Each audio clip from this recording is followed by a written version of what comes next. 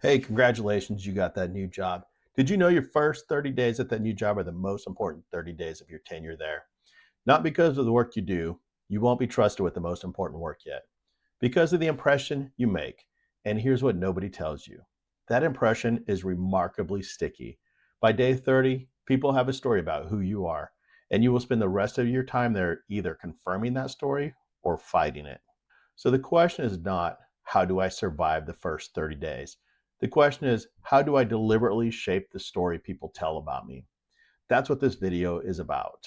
Most people walk into a new job with one dominant goal: prove they belong there, show that the hiring decision was the right one, and that instinct makes total sense. But it leads to a set of behaviors that actually work against you: talking too much in meetings to demonstrate knowledge, sharing opinions before you've earned the credibility to have them land, comparing things to how they were done at your last job, trying to fix things before you understand why they work the way they do. I've watched this play out hundreds of times, and what I've observed is that the people who try the hardest to prove themselves in month one are often the ones who struggle most to earn real trust by month six. The people who get trusted fastest are the people who seem genuinely interested in learning, not performing. So let me break this down week by week. Week one is orientation mode. Your job is to absorb everything and demonstrate nothing except your willingness to learn. Get there on time, early actually. Introduce yourself to everyone, including people outside your immediate team.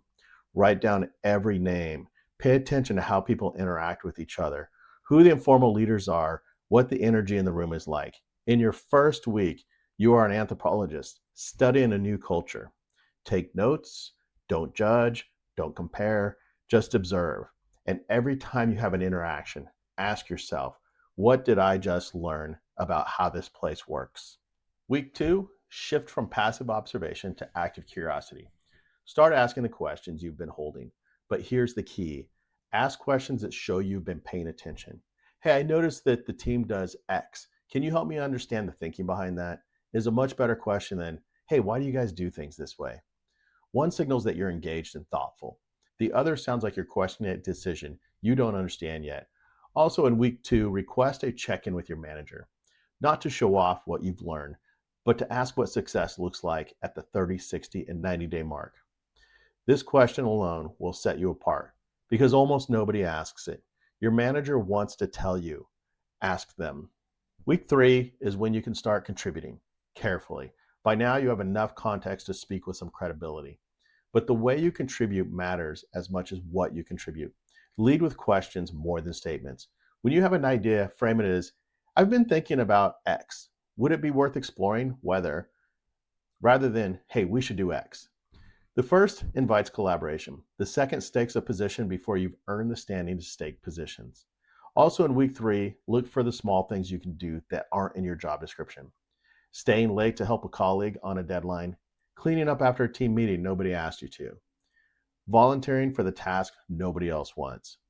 These are the things people notice without being able to articulate why they trust you. They just do. Week four, relationships. By now, you know enough people to start going deeper with a few of them. Identify two or three colleagues who are well respected and have been there a while and seem genuinely invested in the place. Take them to coffee or lunch. Ask them what they know that they wish they'd known when they started. Ask what the unofficial rules are. Ask who the key people are that you should know. These conversations are worth more than any onboarding checklist. And there's a secondary benefit. The people who show up as connectors early in their tenure, who take genuine interest in their colleagues, are the people who build strong networks inside organizations.